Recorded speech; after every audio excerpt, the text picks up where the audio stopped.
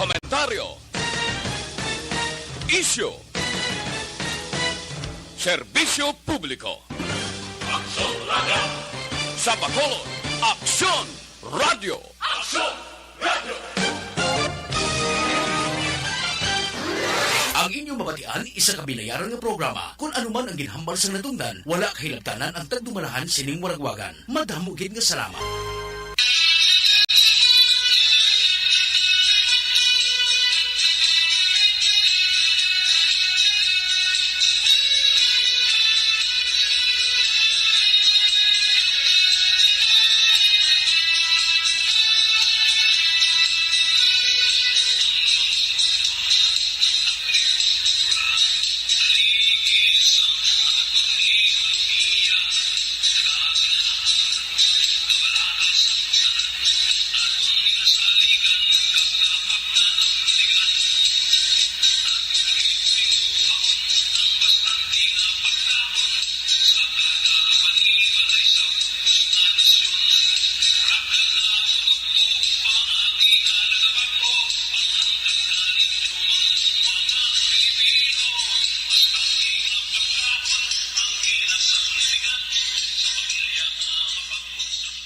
Maing agagid sa aton mga pinalangga ang mga manugpalamati. Good morning. Maing buntag sa aton ng mga pinalangga gid nga mga suki sa kanginan no diri sa aton nga programa kadalagan sa agrikultura.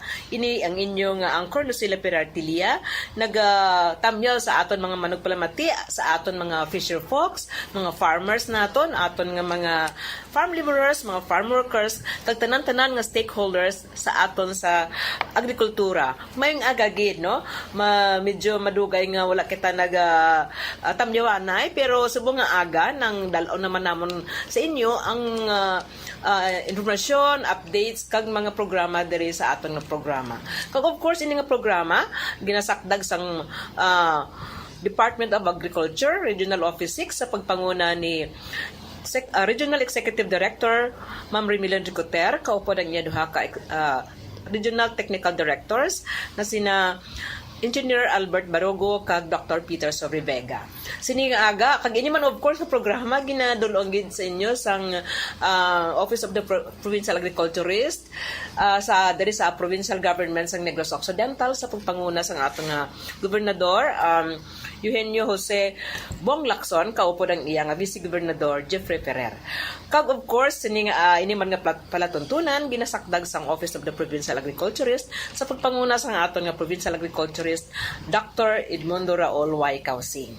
Kag amon man ginatamyaw ang aton nga mga kapdanan sa Office of the Provincial Agriculturist no, ang aton nga mga agricultural technicians, ang aton mga agricultural technologists, kag tanan-tanan gid nga mga commodity coordinators diri sa probinsya sa Negros. Mayong aga sa tanan kag saludo gid kami sa inyong nga kapisan. Kag sini nga aga no ang aton nga mga mangunguma tal-an naman namon kamo sang importante naman kag mga dagko nga mga issues man inini siya parte sa agrikultura kag sini nga aga ari kita subong sa aton nga special nga sector no may ari kita dir subong dinapit nga nakita naton sini nga aga gid kag bulahan gid kita kay nakita naton si ang isa naton ka upod man sa Department of Agriculture under naman ini siya sa Philippine Coconut Authority. So gusto na akong ipakilala sa inyo ang aton nga guest subong nga aga ang aton nga OIC Division Chief Serafin Osterlayog IV. Okay, so good morning sir no kag mayo gid nga nagkita sa nga aga kag na mapamangkot naman namon ikaw kung ano gid bala ang aton nga mga priority program. So but before that sir tagan ko ikaw sangkon sa pagpanamya sa aton mga manugpalamati diri sa Diva Easy Action Radio. Diva Easy. Okay, good morning everyone. Ma'am Lucille, thank you for the opportunity nga makaatubang sa imo, yes. Makaatag sa amon message sa aton mga coconut farmers, fisher folks, and basta mga farmer, including mga rice farmers nga ginakater man naton sa aton mga programa. Kay may mga fisher folks man kita nga coconut farmers at the same time. So madamo gid nga more power hatag naton sa iya, ginapa ano namon sa ila, no? Ginapaabot naton sa ila. So ang amon sa mga major program, may ari kami nga ECPRPO kon Accelerated Coconut Planting and Replanting Ano man program. na siya, sir, nga programa? Amin ni siya ang may ano ni siya matanom ika sa 143 pieces nga seedlings. Then may ano na siya, may bayad na siya. Okay. 40 pesos sa mag-sit ka sa nursery, 40 pesos ang ibayaran ka, 40 pesos sa 143 pieces nga coconut nga iset mo for nursery. Meaningful pa, 143, sir, no? 43, oo. Actually, ang iset nimo sina sa 215 ang iban nga nabilin sina ang mapatay abi ang gintanom naton, so replacement atong mga sobra.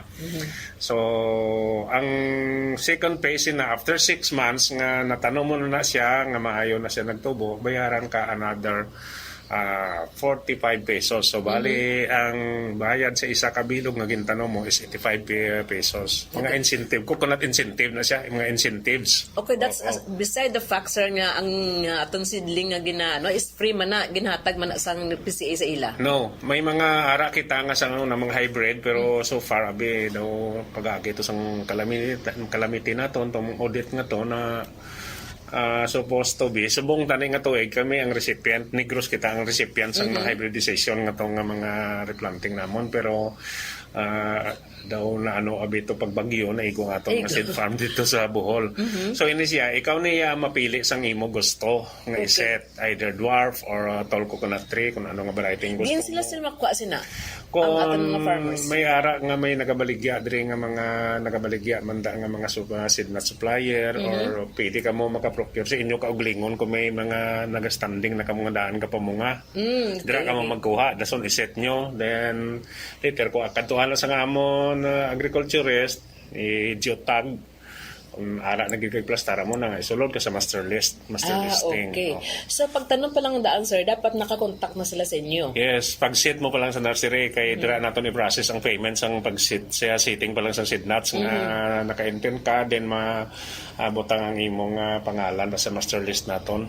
Okay. So klarohon ta lang gali sa aton mga manugpalamatino nga at your own initiative, pwede gid sila kapangita gali sang seedling yang nga gusto nila nga itanom. So it's on the part na lang ya sang ano na pag-set mo na ya sang imong nursery or magsugod ka tanom mo pag-inform mo sa PCA. Yes, ma'am. Kaya kung whatever nga you need nga assistance, ara man kami anytime. Ano sir ang form nga assistance na pwede naton mahatag sa ila? Tip mo lang na siya for the meantime. Incentive lang for the meantime na siya. Okay. Then after that, may mga fertilization program man kami. Nga sila say mga bearing trees naton, nga hatag naton sa mga micronutrient fertilizer.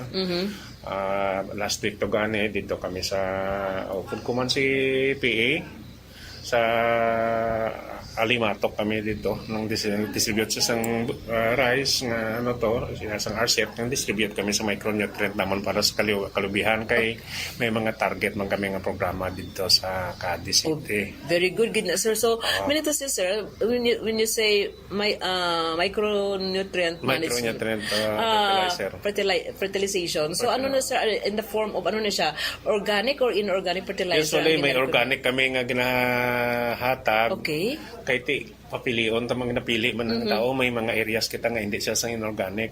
Just like ang aton gina-acknowledge diri ang Victorias is yes. Wala kami intervention pag-abot sa inorganic na no ginadira aton. Good morning Victorias. Yes, good morning da kalis sa aton nga city agriculturist no si Sir Sammy Garzon no. Okay, amon upo na mo din sa muna. Anyway sir, so when it comes to man nga programa nga support sa ila nga pagtanom, ano na sir, free na ang ginahatag naton nga support sa ila? Yes ma'am, everything is free. Paano na sa sir gina-compute? Like for example, may ratio bala kita nga ginatanaw? Yes ma'am. Pero kung halimbawa per hectare or per tree na lang ta, may kung bearing ka 3 kilos nga AS, ammonium sulfate sa mga inorganic, kag may KCl Mulit ang putas nga 4 kilos for 1 year na siya. Very good, no? Oo. So, ang frequency sang taga-ay, sir, that's meaning to say, kapila ka maghatag sa katuig? Yearly. Yearly gid. Okay. Yearly. So until ano na nga kadakuon sang lubi ang mastap na kamo hatag sang iya nga As long nga nagapamunga siya, way man na siyang way man na pili yearly kung kay mas maayo gid ang na-follow up ang lubi yearly nga kung pwede pa lang nga matagaan naton abono kay lain gid iya ang iya nga pamunga kung sa aton ano.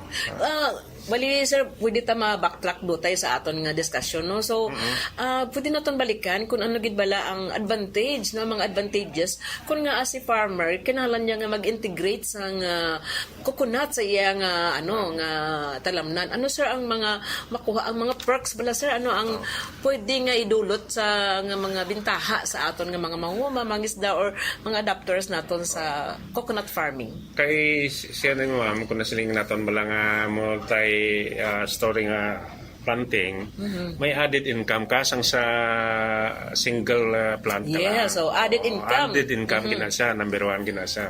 Added income. Okay. Then mas advantageous gid siya kay parehas na kung anong programa namon kung naga-intercrop ka, mga intercropping.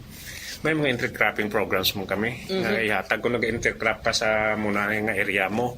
So, pibali may follow-up kami. Pwede man kami intercrop namon is banana or corn o anong gusto mo nga itanong nga available sa amon seeds. So in that way, sir, gahatag man ka maghapon no? Or gina-link lang ninyo ang mga farmers to get sa mga seedling or mga seed materials for those mga crops nga mention mo? Namon na siya ma'am kay usually pareho sa amon na medyo hambalo na ton lax kami sa personnel so kami sa taga DA mismo Nagadilink sa sa LGU office nagakuan gid kami na partners ginapa na sila po. kay kun kami lang budlayan kami sila sige mamangkot lang ko kay base kung may aragid kamo ya separately anyway mandated naman kita no to collaborate and Yes, to ma'am. cooperate with one another under sa umbrella sang Department of Agriculture. yes, ma'am. So ano pa gid sir ang mga when it comes to economic, of course, additional income sa mga farmers at akang sa adapter man sang aton nga mga lubi, no, mga nag-implementar sang lubi nga sang pagpananom sang lubi. So ano pa gid sir ang when it comes naman sir sa environmental nga effect, ano naman ang madulot sini? Siyempre may intercrop ta number 1 ang lubi nag-absorb na siya sang heat mo mas daog na pa ng kawayan sa pag-absorb sang heat ang lubi. Then plus kung nag-intercrop kita dira mas kinabi intercrop naton mga for trees kuan man na sa aton sa environment tungod sa Complement man siya. complement tungod sa batiagan naton subong ng climate change nga naga-init. Sige. Going back sa aton nga mga different programs, so gin-mention mo to ina nga may distribution kita sang fertilizer, no? Yes, organic fertilizer. Inorganic Or organic fertilizer. Ano pa gid sir ang mga support services natin? Kaya mo na siya, mga naghahatag kami, may ara man kami nga mga corn. Oo, ginahatag ng corn nga for intercropping. Then may ara kami nga mga pinakbit seeds man nga gina-support sa ila. Pero mga ina siya mga immediate remedy lang na sa limba sa itong mga affected areas naton, mga utod naton.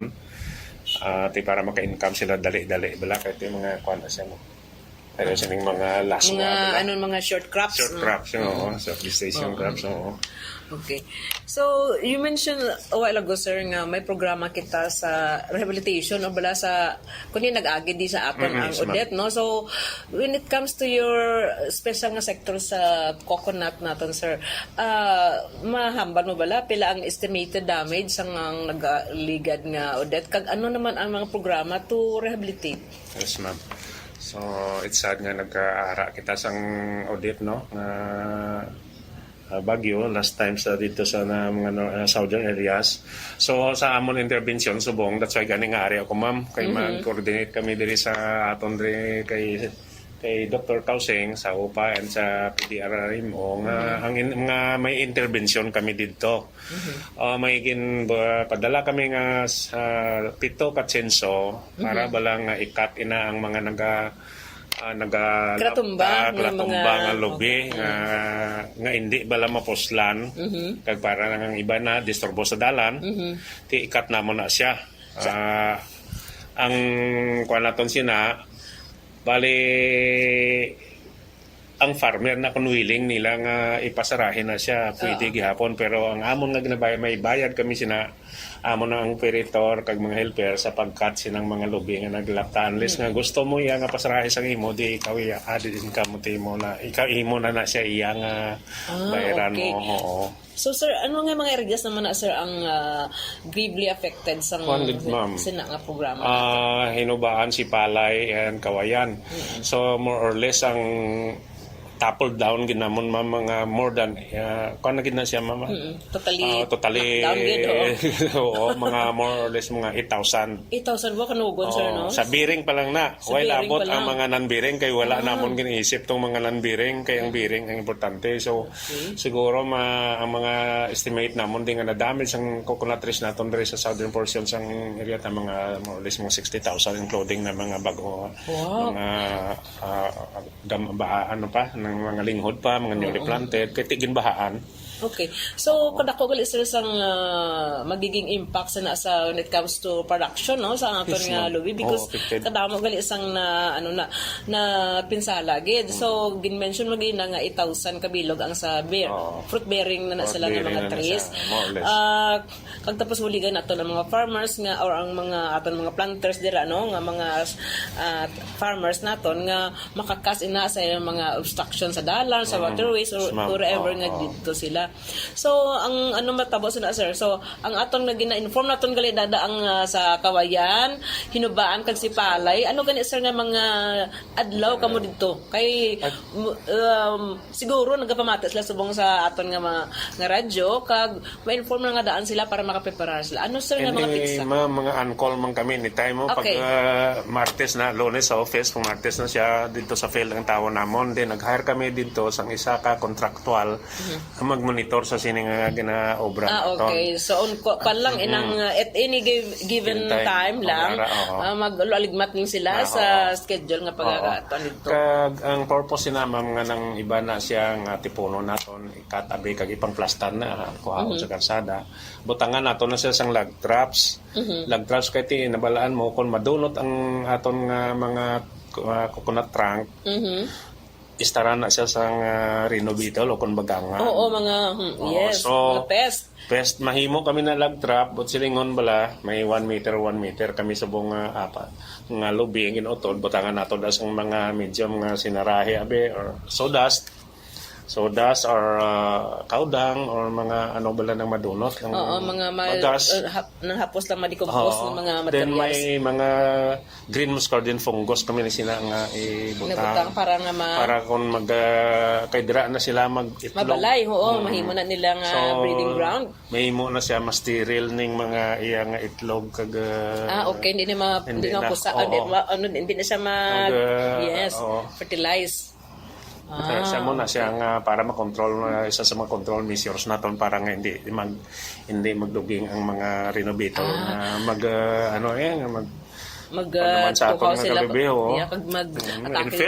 So ang matabog na sir nga sa pagkuha niyo sang mga trunks sang lubi, ang iyas na mga remnants, mga mga bilin-bilin da mga bagay, no, ang dahon siguro mga ibanda nga mga wag na tipon na sila ginatrinta ang ginatuluan ta mga farmers nga dapat tipunon nila ang mga remnants sang pagsirahi kag mga para nga mabutangan sang control measures para nga mapatay ang mga posibleng nga magtubo dra nga mga pest nga bagangan no sa kay mangindom kay na sila mo na mayanghag na nga aton nga mga pest nga ay baka nami kami ginhimo kun labalay so kanahan gid na sila sa lubi basta nga pang lubiya kay mahumot ang iyan nga mga dunod dra gina paborito nila nga malian so that's why nga kahapon gani nag-meeting holiday nag-meeting ako dito sa issue man kahapon then may ginpadala nga initial ang taga Davao The isa ka karton tong GMF. So bali ang isa ka karton per karton na good for one. So bali apat ka sa isa ka hektarya, apat na siya ka lag trap aton ibutang. Lag trap ang tawag. Lag traps, oo. So ano na sa sir ang proseso? Ginakudal siya or ginabutubok lang siya sa ka-area kag nabutangan sang May specific chemicals, or- specific nga area na siya kay dapat kung halimbawa isa ni ka hektar butangan di sa strategic point kag butangan na siya. So Okay. that's why nga may ara kita nga chinso operator nga may bayad na sa amon kami na PCA na nag-handle. Naka-care of sa inyo ang budget Yes, for ma'am, that? helper. Then ang farmer, if ever nga gusto niya nga siya ang magplastar sang iya lag traps kung iya lubi, may bayad pa na siya nga 100 pesos per lag trap nga obrahon niya mahakot siya sang i-plaster na siya buligan sang helper halimbawa maning lag trap butangan na siya sa mga medium nga ginsiling ko kaina nga Okay. itlogan. So bali may income pa si farmer kung makatapos siya sa isang adlaw sa iya isang hektarya for lag traps di may 400 pesos man siya. Okay. So, meaning to say, sir, before doing sina, ang atong na farmer, gina-orient ginaton Yes, sa ma'am. mga proseso, no? Kung paano niya himuon, paano siya gina-assist sang iya nga pag kuha sang mga nagkalatumban niya nga mga lubi. At the same time, ginapasiguro taman nga ginabuligan maghapon sang PCA nga ang ini nga mga remnants o mga ano na ang iyang area maputangan sang lag drops para Yes. nga hindi magduging ang mga Mga pest pest, and nga posible Pest nga and diseases, magbalay no? dito sa mga remnants sang aton nga lubi. Yes, So ma'am. ka very good nga sir nga programa kay hindi lang gali nga daw ka doon talang kagpabayaan but then until to the last part sang decomposition process na sang mga bagay da nga kuan sang lubi is inang ginabuligan naton sila para nga ma-dispose properly. Yes, ma'am. So meaning to say sir medyo bulubog at ini siya nga activity no on your part because given abing kalapad sang Negros Yes, no. So ma'am. paano niya sa ginahandle ang situation?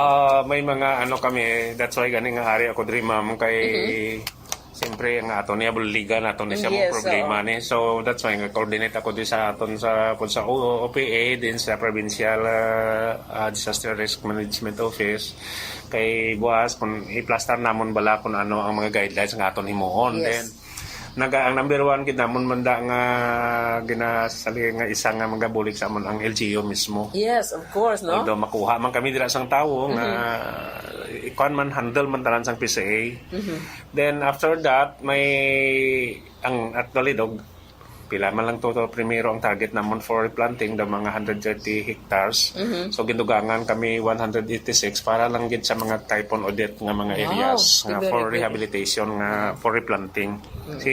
So pila na subong sir total nyo nga target? 200 pila To na? to 30 so 310. 310 na hectares. Oh, 310 Okay. hectares. Palang na siya. So, Palang. I Buhay suppose, patak sir, nga siguro. daw May dugang pa na siya. May dugang pa na siya. Oo. Kaya we are talking about sang ano plang fruit bearing mo. Yes, ma'am. I know nga sa mga non-bearing pa naton nga mga Oo. tanom, you still have another program for that Yes, ma'am. para nga ma-support ang mga Yes, ma'am. farmers. So, Oo. that's a very welcome nga message, sir, no? Nga ang aton mga coconut farmers, in all forms, no, ginabuligan ginaton sila together man dali sa aton sa opisina sa Office of the Provincial Agriculturist kay Our I know partners. nga ang aton nga mga agriculturists kag mga extension workers naton naka-identify man sila sang mga areas dito sa field Yes, ma'am. nga na-affected man sa nga aton nga sang bagyong Odette kag iban pang calamity. So far sir, ano pa gid ang mga future ninyo nga mga priority programs for the coconut farmers sa Negros? Actually, ma'am, may mga equipment na kami tani dira para sa sa hinubaan kag sa sipalay. Anong equipment na sir? For virgin coconut oil production. Production, yes. Oo, may dito na kami kag choir decorticating. Oo, so subong amo na medyo na Na set aside na set aside naman. focus kita sa rehabilitation. Rehabilitation naman. But Oo, that's good news yes, sir ma'am. kay meaning to say gahulat naman sa insakto na lang Yes, at ma'am. tempo but the equipments are Already there, in oo. place na. Oo, Oo, may good. sa kuan ganito si Ma'am Elena Miraflor, reliquias na nag-provide man siya sang area balang ang butangan. So, Sa ano na sir ng LGU? sa hinubaan kag si Hinubaan, Palay. si Palay, Kay ang matabo si na ma'am may actually budgeted na siya nga may buying station sang kopra dere sa kuan, kopra dere sa Kawayan, Sipalay and Hinobaan. So medyo na amo na antala kag plus nga ang wala pa na permahe sa atong presidente ang CFIDP o Coconut Farmers Industry Development Plan. Okay, that na remains, ano na, sir, daw medyo because of the banding and everything, siguro, yes, sir, ma'am. that's affected. Anyway, moving on sa aton nga programa, sir. So, kadamo gid sang in-store na sa aton nga mga identified as you mentioned, sir, more or less ang aton galing nga bulk sang aton nga mga coconut trees are found in the southern Negros kidman, no? Sa Hinubaan, Sipalay kag Kawayan. mga area. So, ang project North and natin- South. North and South. North and South, okay. Oo. So, sa South, okay. Sa South, sang ginamin ko.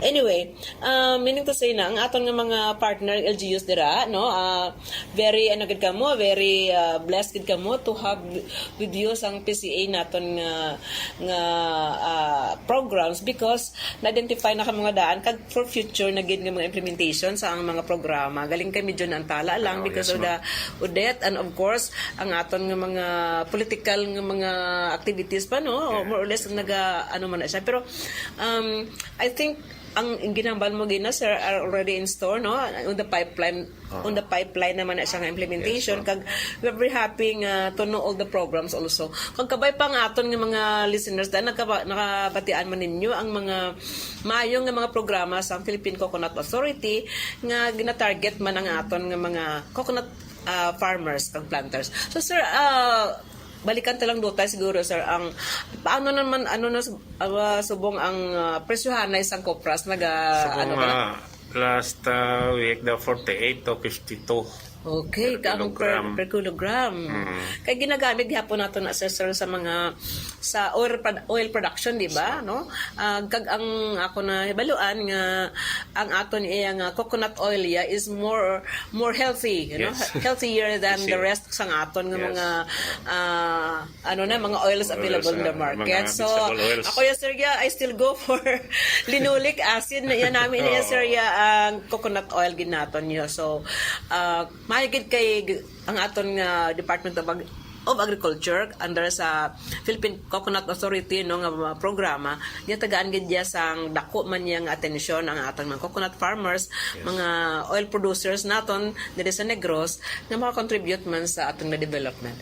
So sir, thank you very much sa imong nga time, no, kag paano na nila sir makontak ang imong nga number kung may mga inquiries sila. So may ginatag sa akon si sir actually, no, pwede ko ni sir malawag, no. So pwede naton makontak si sir Engineer Serafin Oster Layog the fourth. Yes, ma'am.